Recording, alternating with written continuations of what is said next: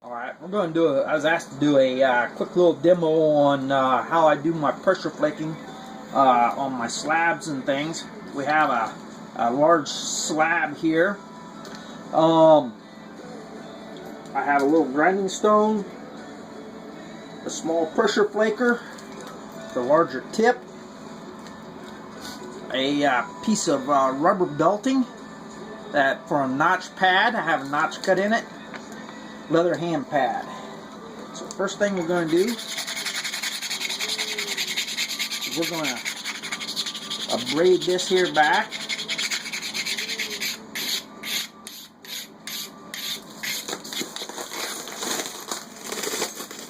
We're going to leave plenty of that dust on there because that dust also acts as a gripping agent.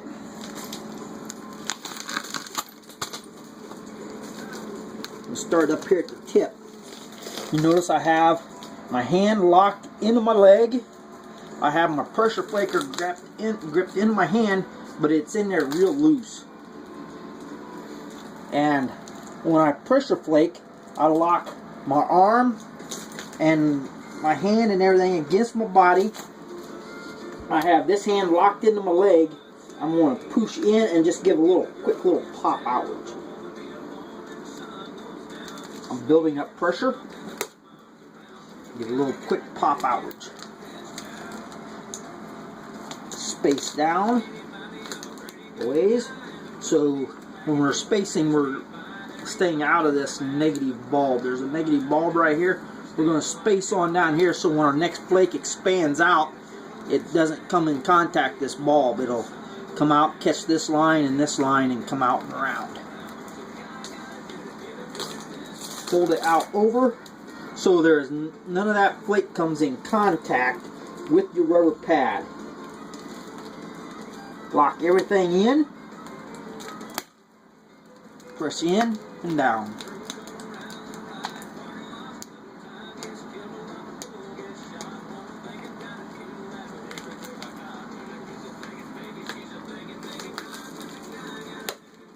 That one there slipped.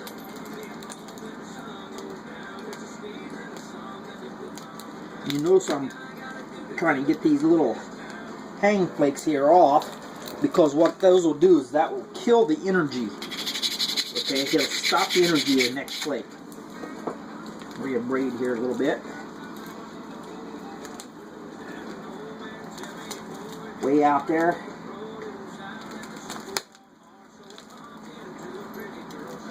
And you notice how big those pressure flakes are coming off.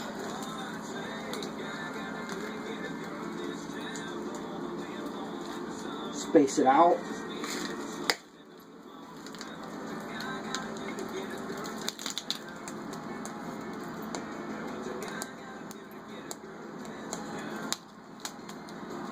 That right there is actually undercut there quite a little bit too.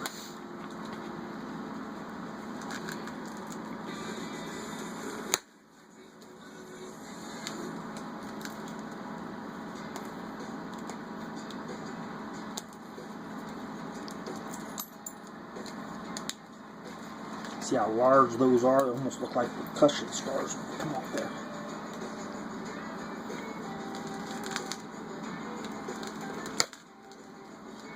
That one there slipped a little bit. You notice I'm bleeding there a little bit already.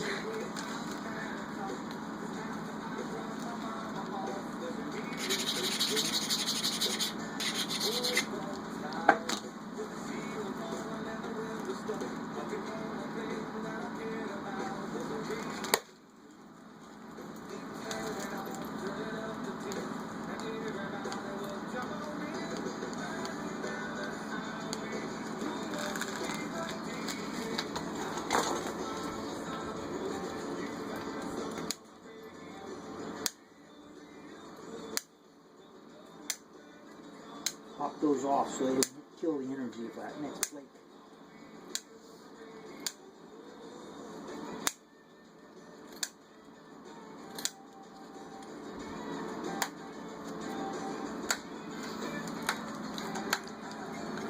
That flake actually runs on back up underneath there quite a little ways further yet, but it's deep enough I can't get it popped off.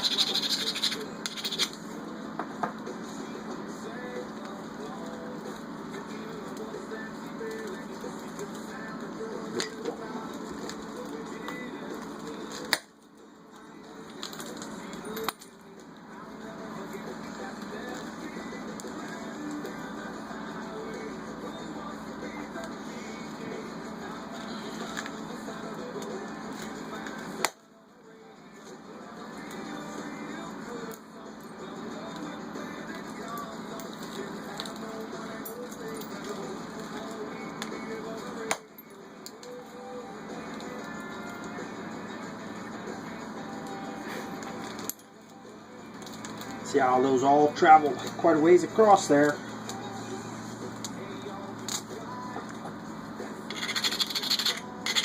Side over here is going to be a little bit trickier because it has the original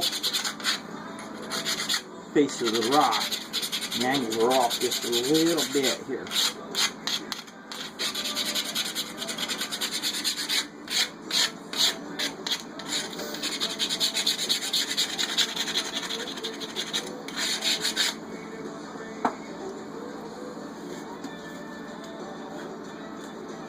So here what we have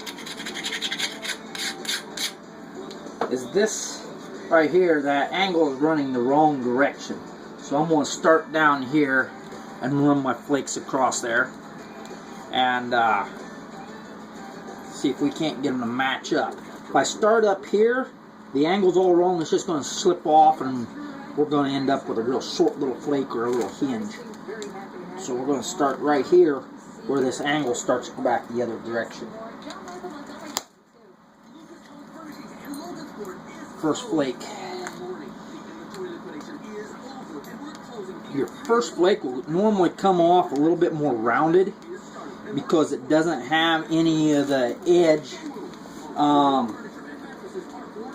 for that energy to travel along. So it comes in and expands out pretty quick. So it's a little bit more rounded, more of quarter shape. Space down again. Get that up so that flake isn't going to come in contact with the back edge of the pad.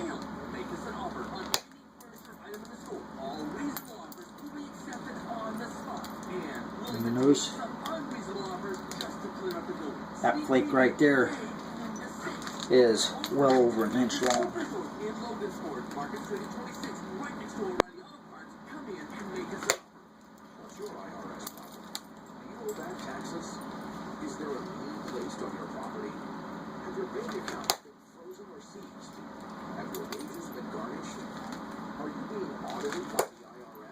Oops, that one slipped. Well, solving your tax problems is as easy as calling Taxes 321.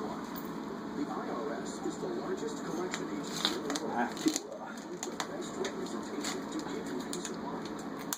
Experienced professionals that can There it comes. and stop the collection process. If you have a serious problem with the IRS, call the Taxes 321. That one right there slipped a little bit.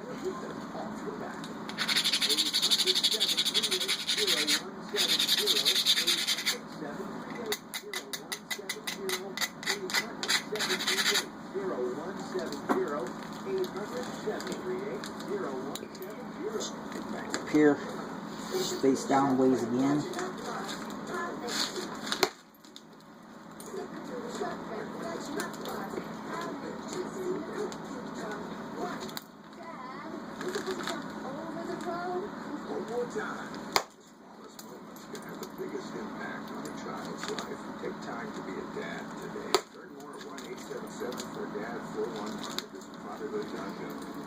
As you can see, I am building up pressure.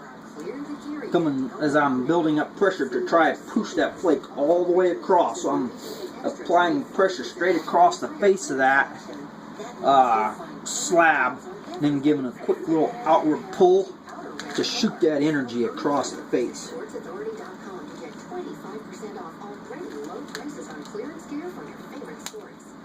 Get rid of those little flakes that are in there in the pad itself.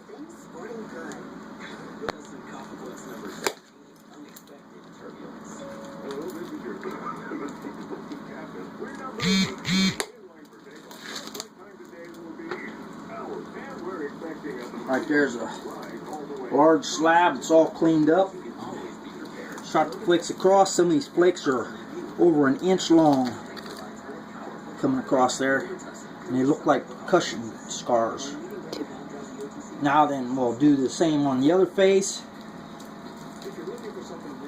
and then we'll come in and stitch it just a, we call stitching a zigzag stitch.